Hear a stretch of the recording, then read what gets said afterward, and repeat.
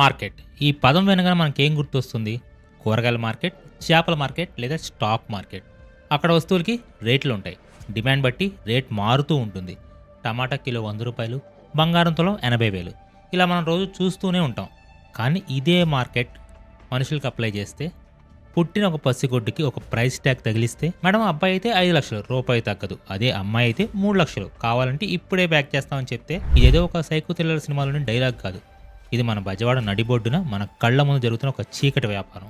ఒక పక్కన డెవలప్మెంట్ వైపు పరుగులు తీస్తున్న విజయవాడ, ఇంకో పక్కన బేబీ ఫ్యాక్టరీగా మారుతుందా? కేవలం కొన్ని గంటల క్రితం ఎన్టీఆర్ డిస్ట్రిక్ట్ పోలీస్ కమిషనరేట్ పరిధిలో ఒక ముఠా గుట్టురట్టయితే అయ్యింది. ఒకరు కాదు, ఇద్దరు కాదు, ఏకంగా 10 మంది అరెస్ట్ అయ్యారు. అందులో 5 మంది పసికందులు దొరికారు. అసలు ఆ 4 గోడల మధ్యలో ఏం జరుగుతుంది? ఈ ముఠా వెనుకున్న మాస్టర్ మైండ్ సరోజిని ఎవరు? ఢిల్లీ నుంచి గల్లీ దాకా పాకిస్తున్న ఈ హ్యూమన్ ట్రాఫికింగ్ నెట్వర్క్ని మన పోలీసులు ఎలా ఛేదించారు? Welcome to the dark reality of Vijayawada. కథ మొదలైంది ఒక చిన్న టిప్ ఆఫ్తో. విజయవాడ పోలీస్ కమిషనర్ రాజశేఖర్ బాబు గారికి ఒక ఇంటెలిజెన్స్ రిపోర్ట్ అయితే వచ్చింది. సార్, నున్న ఇంకా భవానీపురం ఏరియాలో ఏదో తేడాగా ఉంది. కొంతమంది ఆడవాళ్ళు గ్రూపులుగా తిరుగుతున్నారు. వాళ్ళ చేతిలో పసిపిల్లలు ఉంటున్నారు, కానీ వాళ్ళ పిల్లలైతే కాదనిపిస్తుంది. వాళ్ళు డబ్బుల గురించి అయితే గొడవ పడుతున్నారు. పోలీసులు అయితే దీన్ని లైట్ తీసుకోవాలా? ఎందుకంటే విజయవాడ రైల్వే జంక్షన్ అనేది దేశంలోనే ఒక బిగ్గెస్ట్ ట్రాన్సిట్ పాయింట్. ఇక్కడ ఇలాంటివి జరిగే ఛాన్సెస్ ఎక్కువ. వెంటనే టాస్క్ ఫోర్స్ అయితే రంగంలో దిగింది. మఫ్తీలో నిఘా పెట్టారు. సీన్ కట్ చేస్తే పోలీసులు ఒక ఇంటి మీద దాడి చేశారు. తలుపులు బద్దలు కొట్టుకుని లోపలికి వెళ్తే అక్కడ కనిపించిన దృశ్యం చూసిన కఠినమైన పోలీసులకు కూడా కన్నీళ్లు వచ్చాయి. ఒక చిన్న గది, కిటికీలు మూసున్నాయి, ఫ్యాన్ తిరుగుతుంది. నేల మీద చింపేరు గుడ్డల్లో 5 మంది పసిపిల్లలు. అందులో ఒక పాపకి జస్ట్ 3 రోజులు మాత్రం వయసు. ఊహించండి, 3 రోజులు అంటే అమ్మ కడుపులోంచి బయటపడి ఇంకా కనీసం కళ్ళు కూడా సరిగ్గా తెరవలేదు. అప్పుడే ఆ పాపను అమ్మేయడానికి సిద్ధంగా ఉంచారు.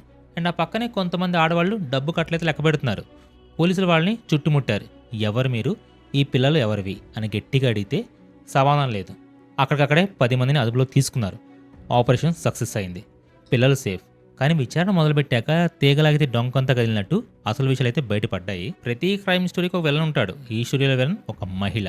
ఆమె పేరు బి సరోజిని. పోలీసుల రికార్డులో ఈమె పేరేమి కొత్త కాదు. ఈమె ఒక సెన్సేషనల్ క్రిమినల్. ఈమె హిస్టరీ చూస్తే మైండ్ బ్లాక్ అయిపోతుంది. విచారణలో తెలిసింది ఏంటంటే, సరోజిని గతంలో ఢిల్లీలో కూడా ఇలాంటి నేరాల్లో అరెస్ట్ అయ్యింది. అక్కడ పిల్లల్ని అమ్మడం, కిడ్నాప్ చేయడం లాంటి కేసులో జైలుకి కూడా వెళ్ళింది. కానీ మన దేశంలో చట్టాలు ఎలా ఉంటాయో తెలుసు కదా. బెయిల్ వచ్చింది, బయటికి వచ్చింది.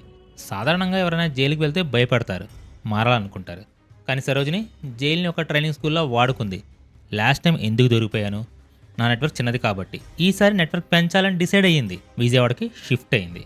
లోకల్గా ఉండే చిన్న చిన్న బ్రోకర్లని కలుపుకుంది. ఫరీనా, సైదాబి, కరుణశ్రీ, శిరీష ఇలా ఒక లేడీ గ్యాంగ్ని తయారు చేసింది. ఎందుకు లేడీస్ని సెలెక్ట్ చేసుకుంటుంది? Simple logic. ఒక మగవాడు సంఖలో పసిపెట్టిని ఎత్తుకొని వెళ్తే 10 మంది అనుమానంగా చూస్తారు. ఎవడరా వీడు కిడ్నాపర్ అని ఆపే ఛాన్స్ కూడా ఉంది. అదే ఒక చీర కట్టుకున్న మహిళ బిడ్డను ఎత్తుకుని వెళ్తే ఎవరు ఆపరు. పాపం తల్లి హాస్పిటల్కి వెళ్తుందేమో అనుకుంటారు. సరోజిని ఈ మదర్ సెంటిమెంట్ని తన వ్యాపారానికి ఇన్వెస్ట్మెంట్గా వాడుకుంది.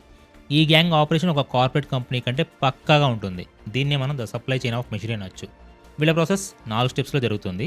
నెంబర్ 1, స్కౌటింగ్ అంటే వేటాడడం. వీళ్ళు గ్రౌండ్ లెవెల్ ఏజెంట్లు, ఆర్ఎంపీ డాక్టర్లు, ఆయాలు, వార్డ్ బాయ్స్, ప్రభుత్వ ఆసుపత్రులు మరియు స్లమ్స్ మీద కన్నేసి ఉంచుతారు. వీళ్ళ టార్గెట్ ఎవరు? పేదరికంలో ఉన్న గర్భిణీలు. ఇప్పటికే 3 పిల్లలు ఉన్నారు, 4వ బిడ్డను పోషించే స్తోమత లేదు అని బాధపడేవాళ్ళు. పెళ్లి కాకుండా గర్భం దాల్చిన అమ్మాయిలు. వీళ్ళకి సమాజం అంటే భయం, ఆ బిడ్డను వదిలించుకోవాలనుకుంటారు. భర్త వదిలేసిన ఒంటరి మహిళలు. Step 2, the brain washing. ఒక్కసారి టార్గెట్ దొరకగానే ఈ బ్రోకర్లు ఆ మహిళ దగ్గరికి అయితే వెళ్తారు. అమ్మ, నీ పరిస్థితి చూస్తే జాలేస్తుంది. ఆ బిడ్డ పుడితే నువ్వు ఎలా పెంచుతావు? నీకే తిండి లేదు. అదే ఆ బిడ్డను మాకిస్తే ఒక మంచి ధనవంతుల ఇంట్లో పెరుగుతుంది. రాకుమారులా ఉంటాడు. నీకు చేతికి 1 లక్ష రూపాయలు ఇస్తాం. నీ కష్టాలన్నీ తీరిపోతాయని నూరిపోస్తారు. ఒక పక్కన ఆకలి, ఇంకో పక్కన డబ్బు. ఆ తల్లి మనసును చంపేస్తారు. డీల్ ఓకే చేయిస్తారు. Step 3, the inventory. బిడ్డ పుట్టగానే ఆ తల్లికి చెప్పినంత డబ్బు అయితే ఇవ్వరు. ఇదిగో 50,000 తీసుకో, మిగతా తర్వాత ఇస్తామని పంపించేస్తారు. ఆ తర్వాత ఆ బిడ్డని సరోజిని దగ్గరికి చేరుస్తారు.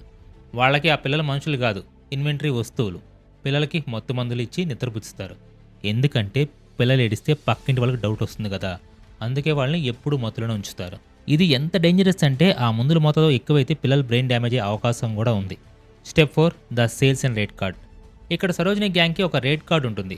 పోలీసులు చెప్పిన వివరాల ప్రకారం మేల్ అబ్బాయి అయితే 4 లక్షల నుండి 6 లక్షల వరకు, డిమాండ్ బట్టి రేట్ పెరుగుతుంది. ఫెయిర్ కాంప్లెక్షన్ అంటే కొంచెం అందంగా ఉంటే ఇంకా రేట్ ఎక్కువే ఉంటుందన్నమాట. ఇక ఫిమేల్ చైల్డ్, అమ్మాయికి అయితే 3 లక్షల నుంచి 4 లక్షల వరకు. చూసారా? అమ్మ కడుపులో నుంచి భూమి మీద రాగానే అక్కడ కూడా జెండర్ డిస్క్రిమినేషన్ అయితే జరుగుతుంది. అబ్బాయి అయితే ప్రీమియం రేటు, అమ్మాయి అయితే డిస్కౌంట్ రేటు. ఎంత సిగ్గుచేటు. ఇప్పుడు మీరు అడగచ్చు, ఇది విజయవాడలోనే ఇప్పుడే మొదలైందా అని. కాదు, దీని వెనక పెద్ద చరిత్రే ఉంది. పాత రికార్డులు తిరగేస్తే కొన్ని భయంకరమైన జరిగితే బయటపడతాయి. Number 1, the Eluru scandal. 2022లో ఏలూరులో ఒక కేసు నమోదైంది. ఒక 17 ఏళ్ల మైనర్ బాలికని తన తల్లిదండ్రులే డబ్బు కోసం బలవంతంగా గర్భం దాల్చేలా చేశారు. పుట్టిన బిడ్డని అమ్మేశారు. దాన్ని అప్పట్లో ఇల్లీగల్ సరోగేసీ రింగ్ అన్నారు. ఈ సరోజిని గ్యాంగ్కి ఆ పాత నెట్వర్క్తో కూడా లింకులు ఉండే ఛాన్స్ కూడా ఉంది. Number 2, the Nalgonda Hyderabad connection. 2017-19 ఉమ్మడి నల్గొండ జిల్లాలోని గిరిజన తండాల్లో ఒకప్పుడు పేదరికం వల్ల పిల్లలు అమ్మేవాళ్ళు. కానీ గవర్నమెంట్ స్ట్రిక్ట్ అయ్యాక అది తగ్గింది. అయితే ఆ బ్రోకర్లు ఇప్పుడు ప్లేస్ మార్చారు. వాళ్ళు విజయవాడ, వైజాగ్ లాంటి సిటీలకి షిఫ్ట్ అయిపోయారు. ఎందుకంటే సిటీలో ఇన్ఫెర్టిలిటీ సెంటర్స్ ఎక్కువ, అదే సంతాన సౌఫల్య కేంద్రాలు. పిల్లల పుట్టక బాధపడే దంపతులు ఎక్కువ. మార్కెట్ ఎక్కడుంటే వ్యాపారం అక్కడే వెళ్తుంది కదా. Number 3, the Vizag railway station rescues. గతంలో వైజాగ్ రైల్వే స్టేషన్లో ఆర్పీఎఫ్ పోలీసులు చాలాసార్లు పసిపిల్లల ఎత్తుకెళ్ళి ముఠాలను పట్టుకున్నారు. వాళ్ళు ఛత్తీస్గఢ్, ఒడిశా నుంచి పిల్లల్ని తెచ్చి విజయవాడ, గుంటూరులో అమ్ముతున్నారు. అంటే విజయవాడ ఇప్పుడు ఒక హబ్గా మారిపోయింది. నార్త్ ఇండియా నుంచి పిల్లలు వస్తున్నారు. లోకల్గా సేకరించే పిల్లలు వేరే స్టేట్స్కి వెళ్తున్నారు. ఇది ఒక ఇంటర్ స్టేట్ మాఫియా అనమాట. ఇక్కడ మనం ఒక నిష్ఠూరం నిజం మాట్లాడుకోవాలి. ఈ సరోజిని లాంటి వాళ్ళు ఎందుకు పుట్టుకొస్తున్నారు? ఎందుకంటే సమాజంలో డిమాండ్ ఉంది కాబట్టి. ఆ డిమాండ్ని క్రియేట్ చేస్తుంది ఎవరు? పిల్లల్ని దంపతులు, చైల్డ్లెస్ కపుల్స్. ఈ అరెస్ట్ అయిన 10 మందిలో కేవలం అమ్మిన వాళ్లే కాదు, కొన్న వాళ్ళు కూడా ఉన్నారు. వాళ్ళు చూస్తే జాలేస్తుంది. పిల్లలు పుట్టలేదని ఎన్నో గుళ్ళు తిరిగారు, ఎంతోమంది డాక్టర్లు కలిశారు, ఐవీఎఫ్ టెస్ట్ ట్యూబ్ ఫెయిల్ అయింది.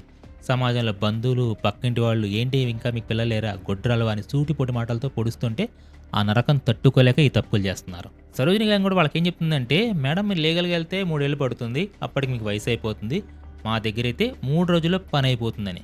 పైగా మేము మీకు బర్త్ సర్టిఫికేట్ కూడా ఇప్పిస్తాం, హాస్పిటల్లో కూడా మీకే పుట్టినట్టు రికార్డులు క్రియేట్ చేస్తామని నమ్మిస్తారు. కానీ వాళ్ళకి తెలియని విషయం ఏంటంటే, చట్టం juvenile justice act section 80 and 81 ప్రకారం పిల్లల్ని అమ్మడం ఎంత పెద్ద నేరమో కొనడం కూడా అంతే పెద్ద నేరం. ఇప్పుడు ఏమైంది? లక్షల పోసి కొన్న బిడ్డలు పోలీసులు తీసుకెళ్లిపోయారు, సిడబ్ల్యూసీకి అప్పగించారు. కట్టిన డబ్బులు పోయాయి, పరువు పోయింది, ఏళ్ళ శిక్ష మిగిలింది. ఆ దంపల పరిస్థితి ఎలా ఉంది? రెంట్కి చెడ్డ రేవడిలా తయారైంది. అండ్ చాలామంది అడిగే ప్రశ్న, మరి పిల్లలు లేని వాళ్ళు ఏం చేయాలి అని. లీగల్ ప్రాసెస్ అంత కష్టమా? దానికి కూడా క్లారిటీ ఇస్తాను. మన దేశంలో పిల్లల్ని దత్తత తీసుకోవాలి అంటే ఒకే ఒక దారి ఉంది. అదే CARA, central adoption resource authority. ఇది సెంట్రల్ గవర్నమెంట్ సంస్థ. దీని ప్రాసెస్ ఇలా ఉంటుంది. వెబ్సైట్లో రిజిస్టర్ చేసుకోవాలి. హోమ్ స్టడీ అయితే జరుగుతుంది. మీకు పిల్లల్ని పెంచే స్తోమత ఉందా లేదని చెక్ చేస్తారు. అండ్ వెయిటింగ్ పీరియడ్ ఉంటుంది. ఇది 1 సంవత్సరం నుంచి 3 సంవత్సరాల వరకు పట్టచ్చు. అవును, ఇది లేట్ అవుతుంది కానీ సేఫ్. ఎందుకంటే CARA ద్వారా వచ్చే బిడ్డ కిడ్నాప్ చేయడానికి బిడ్డ కాదు. చట్టపరంగా తల్లిదండ్రులు వదులుకున్న బిడ్డ లేదా అనాథ, ఆర్ఫన్ అయి ఉండొచ్చు.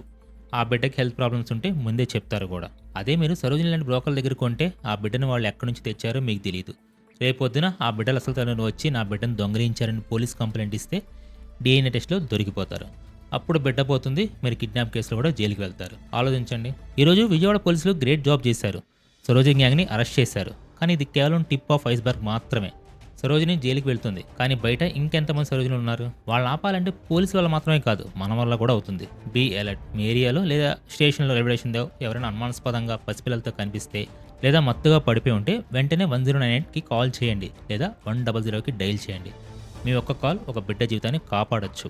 అండ్ దయచేసి పిల్లలని దంపతులను విమర్శించడం ఆపండి. వాళ్ళని ఒత్తిడి చేయకండి. ఆ ఒత్తిడే వాళ్ళని ఇలాంటి నేరాల వైపు నెడుతుంది. పిల్లలు లేకపోతే లైఫ్ లేదని వాళ్ళకి ధైర్యం చెప్పండి. And support CARA. ఎవరైనా దత్తత తీసుకోవాలనుకుంటే వాళ్ళకి CARA నుంచి గురించి చెప్పండి. లీగల్గా వాళ్ళని ఎంకరేజ్ చేయండి. చివరికి ఒక మాట, ఒక తల్లి 9 నెలలు మోసి నొప్పులు భరించి బిడ్డను కంటుంది. ఆ బిడ్డ కేవలం కొన్ని కరెన్సీ నోట్స్ కోసం అమ్మేస్తుంటే పేదరికం శాపం కావచ్చు, కానీ అది నేరానికి ఎక్స్క్యూజ్ కాకూడదు. విజయవాడ బేబీ మార్కెట్కి ఈ రోజు మనం ద ఎండ్ కార్డ్ వేయాలి. సో ఇన్ఫర్మేషన్ ఇస్తే వీడియోని లైక్ చేయండి, ఛానల్ కూడా సబ్స్క్రైబ్ చేసుకోండి. Thanks for watching.